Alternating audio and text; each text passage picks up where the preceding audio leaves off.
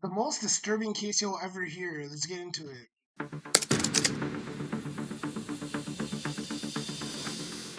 On the afternoon of October 9th, 2013, a 14-year-old girl left her home in rural New Hampshire for what should have been a short walk home from school, and for 9 long months, no one knew where she was, whether she was alive or who had taken her. Like, imagine how fucking stressed the parents were, bro. That shit's crazy. To understand what happened to Abby Hernandez, you first have to understand who she was before any of it happened. Abigail Hernandez was born on October 12, 1998, in Manchester, New Hampshire. She grew up in North Conway, a small New England mountain town of roughly 2,000 people, the kind of place where neighbors know each other and kids walk to school without a second thought. It is a town flanked by the White Mountains, where the air turns sharp in autumn and the leaves go gold and red. As a new high school freshman, Abby studied German and robotics and loved classic rock. She was athletic. Her mother, Xenia Hernandez, described how the two of them hiked together regularly, exploring the mountain trails that surrounded their home. Abby had joined an outdoor club as a young teenager, developing a genuine connection to the wilderness she had grown up beside. Her classmates at Kennett High School knew her as someone who lit up a room without trying to. Adults who knew her remarked on her athletic prowess, and fellow classmates described her as a kind, positive, and joyful person. She was the kind of teenager who took selfies with her best friend Miranda Cloutier in science class just to be silly. The last time Miranda saw her, the two girls were taking selfies. "We wanted to be silly together," Miranda said. There was nothing in Abby's life that suggested trouble. She was very family-oriented and close with her mother. She had a boyfriend, friends, dreams, a whole life in front of her. She was 3 days away from turning 15.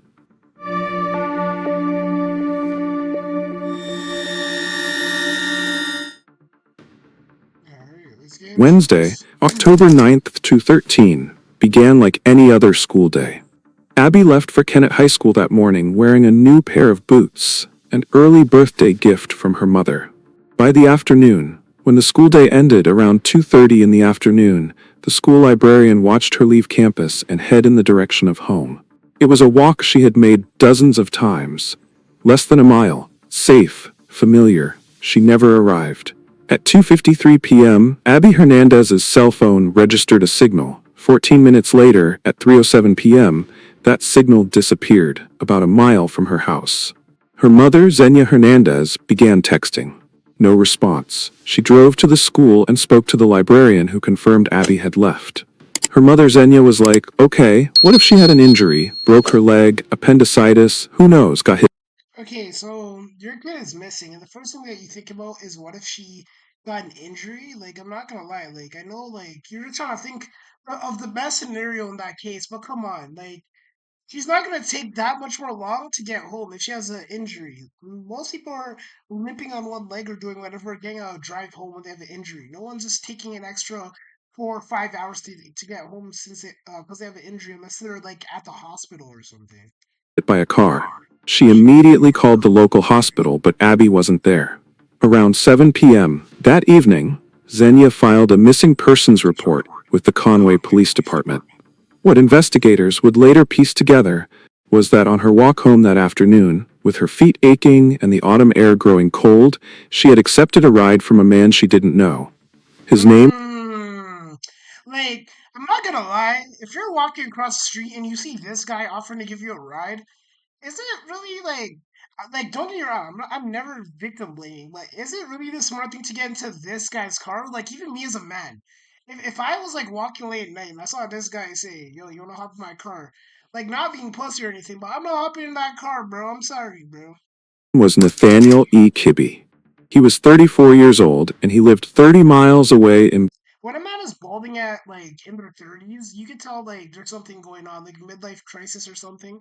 Like a reason that he had to do this. Like he wanted to feel over people, you know what I mean? Gorham, New Hampshire. On October 9th, 2013, Nathaniel Kibbe forced Abby Hernandez into his vehicle at gunpoint and threatened to slit her throat if she didn't comply.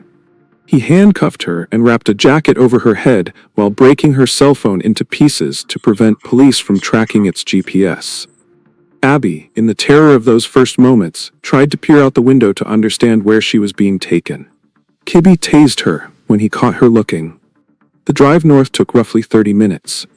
The car stopped at a mobile Like, imagine me sitting in that car for 30 minutes, just sitting there, just waiting for your demise, bro. Like, this is actually really sad, bro. home on Brookside Drive in Gorham, a quiet, rural dead end where neighbors minded their own business and rarely asked questions. A little too much of their own business. To a long, dark room, Sorry, guys. business, and Sorry, guys. We do. rarely asked questions. Kibby led Abby into a long, dark room where she saw an assortment of tools and a Don't Tread on Me flag hanging on the wall. 3 days before her 15th birthday, Abigail Hernandez disappeared into that darkness. Within 48 hours of Abby's disappearance, the FBI was involved. Agents went door to door in North Conway as part of their investigation. New Hampshire State Police Captain Joseph Ebert was brought on as a lead investigator. The case became one of the largest missing persons investigations in the state's history. Search teams combed parks, wooded areas, abandoned buildings, and local waterways. Volunteers distributed flyers carrying Abby's photograph across the region. Investigators looked very carefully at Abby's communications with her boyfriend and examined her inner circle in detail. One name came up in the early stages, a young man named Jimmy Campbell, but investigators cleared him of any involvement and moved on. Every promising lead dissolved. Every search turned up nothing. The weeks stretched into the first month. 3 days after Abby disappeared, her birthday arrived. Instead of a celebration, there was a vigil. Xenia Hernandez Oh, 3 days before her birthday, bro? Like, come on, gang. has shared a public message for her daughter. We miss you so badly, and Sarah and I are thinking about you all the time. And we want you back with us, please. The community rallied around the Hernandez family, and then, in early December, something happened that stopped the investigation cold. Xenia Hernandez received a letter on November 6. Authorities later confirmed it had been written on October 22nd and postmarked on October 23rd, just 13 days after Abby had vanished. When Xenia read it, her heart broke in a way she couldn't fully articulate. The letter sounded like her daughter. The handwriting was her daughter's. But something was wrong. It's her, but it's not her, Xenia said. The letter told Xenia that Abby was okay, that she was sorry, that she loved her family. It asked people to stop looking for It was definitely the killer texting from her phone to raise suspicion off the family. Like, he was probably like scrolling up in the text, seeing how she texted. Like, that was all calculated. Like, her. It read like a runaway note, like a girl who had chosen to leave. Xenia didn't believe a word of it. Investigators confirmed Abby's DNA on the letter, but how she had come to write it was a mystery. We were able to confirm her DNA profile on the letter, but how she came to write that letter, nobody was sure. Deputy Attorney General Jane Young later told reporters. Authorities held the letter for a month before releasing it to the public, and the reason reveals just how carefully they were trying to protect the girl they believed was still alive out there somewhere. If the victim had somehow been able to sneak a letter out, if she was in fact kidnapped, if her captor knew that, she was at greater risk. When the letter's existence was finally announced publicly in December 2013, it didn't bring relief. It brought something uglier. Much of the community turned against the Hernandez family. People on social media concluded Abby had simply run away, that the search had been a waste. Some demanded the family reimburse law enforcement for the resources spent. The rumors spread through Kennett High School, and the cruelty of strangers compounded the grief that Xenia was already carrying alone. But Xenia never wavered. She knew her daughter. okay, so somebody's missing, and you dickheads really think to sit here and say, "Oh, you guys should reinforce law enforcement." No, fuck law enforcement, bro. Nigga's fucking daughter's missing. You're talking about some fucking reinforcing law enforcement. Like, what the fuck? And the investigators who mattered never stopped believing the girl was in danger. People just don't disappear off the face of the earth, especially a 14-year-old girl. She didn't drive. We knew that there was money at home she didn't take. She had only the clothes on her back. No matter where she was, it fit the definition of kidnapping, detectives said. What no one outside that mobile home in Gorham knew was the truth behind that letter. and the courage it took to write it. The red storage container on Nathaniel Kibbe's property in Gorham was not visible from the road. It sat behind his mobile home, surrounded by trees. Kibbe had posted a no trespassing sign near it, and none of his neighbors gave the structure much thought. Inside that container, in total darkness and with no access to sunlight or fresh air, was Abigail Hernandez. Kibbe placed a shock collar on Abby, monitored her with cameras, and warned her that if she tried to escape or reveal the truth, a militia he claimed to control would harm her family. The threats were elaborate and deliberate, designed to make the container feel inescapable even when Kibbe wasn't physically present. There was a camera that was always blinking like a security camera, and I thought he was watching me, Abby later recalled. He told her to call him Master. The abuse was daily and severe. Look at this guy. See, I told you. It was a missing feeling of superiority. Like, as a kid, he probably got, like, his head shoved into lockers and stuff. And then he grew up and he was like, he had to find people that were vulnerable to him so he could, like, make him feel like he was over them. Like, this is a prime example of what I'm talking about right here. Prosecutors would later allege that Kibbe sexually assaulted Abby almost every day she was held captive, and yet, even in those first terrible days, Abby's mind was working. I did not want to die, she said years later. I never wanted to end my prayers because I didn't want God to leave me. She made a decision, consciously and deliberately, that would ultimately save her life. She would make Nathaniel Kibbe trust her. I told him, "Look, you don't seem like a bad person. Like, everybody makes mistakes. If you let me go, I won't tell anybody about this." I really always kind of put it, this strategy is always there, she said. It wasn't submission. It was strategy. The calculated behavior of a girl who understood with terrifying clarity that her survival depended on the psychology of her captor. About 2 weeks into her captivity, Kibbe allowed Abby to write a letter home. In her first draft, she used her fingernail to press the word "help" into the paper, an invisible message she hoped someone might find. Kibbe discovered it. He punished her. But he allowed her to try again, and that second letter ultimately made its way to her family. The letter that Xenia received, the one that confused investigators and divided a community, was Abby's best attempt to communicate under impossible circumstances. Kibbe also allowed Abby to watch news coverage of her own disappearance. She Wow! That nigga's sick, bro. watched her mother stand at a podium and beg for her return. When she saw her mother pleading at the New Hampshire Attorney General's press conference, she cried for the first time since her abduction. She kept that grief private. She had to. As the weeks continued, something small but significant shifted. Kibbe began to give Abby books to read. It was a crack in his control. A tiny concession that he likely believed was harmless.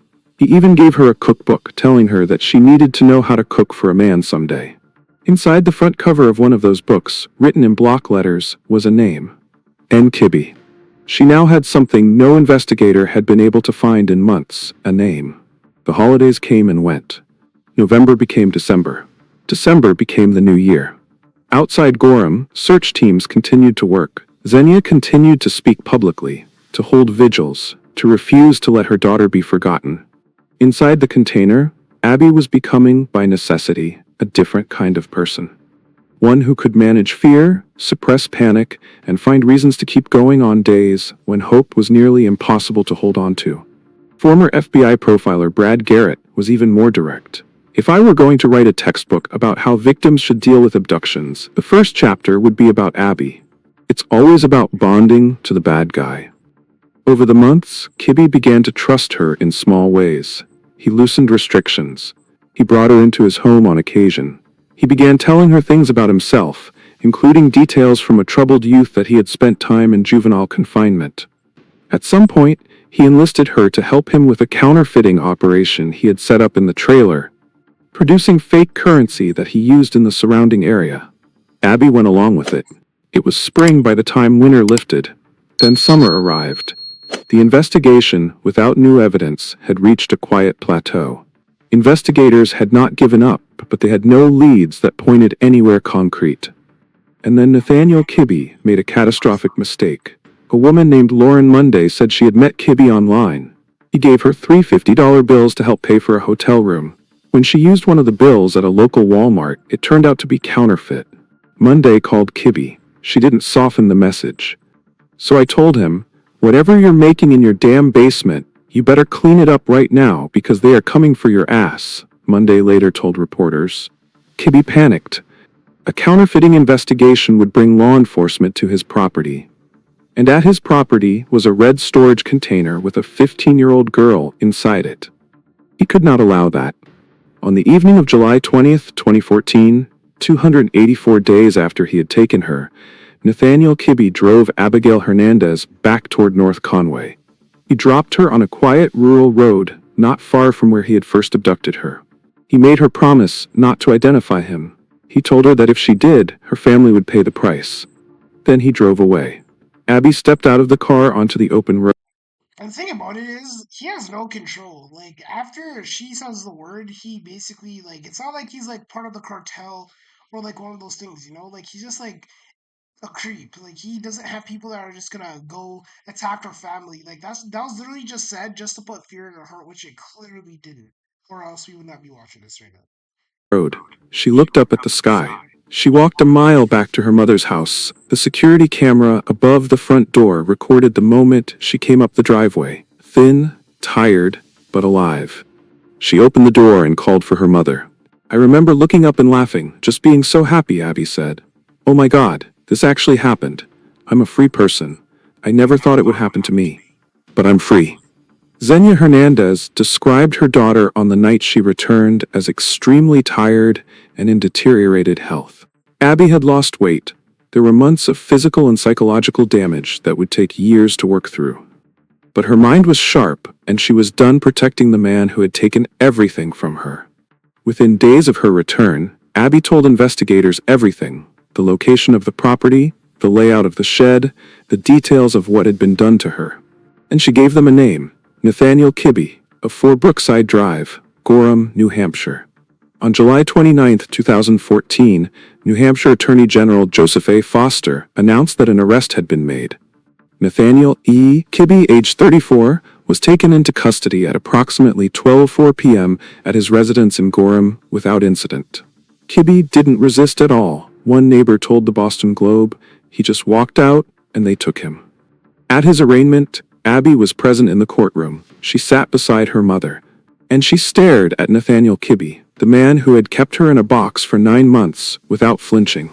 Kibby was held on $1 million bail. He initially faced a staggering number of charges, over 180 counts related to his treatment of Abby. He pleaded not guilty. The legal process moved slowly, as it always does. Months passed, and then, in May 2016, just weeks before a scheduled trial date, Nathaniel Kibby changed his plea. Kibby pleaded guilty to sexual assault, kidnapping, criminal threatening, witness tampering, and assault, in exchange for a sentence of 45 to 90 years and treatment in a program for sexual offenders. Associate Attorney General Jane Young told the judge that avoiding a trial would save the victim the embarrassment to have to testify to what that monster did to her for 9.5 months. At Kibby's sentencing, Abigail Hernandez, now 17 years old, stood up and spoke. She had had 2 years to live with what had happened to her. 2 years of rebuilding something that Kibby had tried to destroy. 2 years of returning to school and being afraid to let anyone know her last name. 2 years of carrying the weight of what his actions had put on her shoulders. And she stood there, looked at him, and said exactly what she needed to say. Her statement read, in part, "It seems like forever. 2 years have gone by, both fast and slow in different senses. But I often think about Kibby, and what he did affects my life on a day-to-day basis. My name does not mean the same thing anymore that it did before October 9th. I'm attending school, and I'm afraid to let anybody know what my last name is. Nobody knows what my last name is."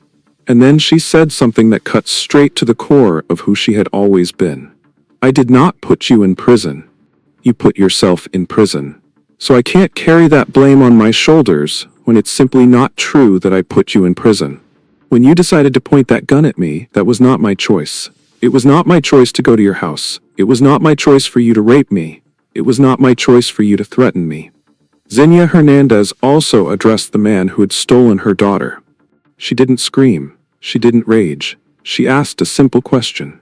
I just don't know. I wish I could hear from you. Why? She said.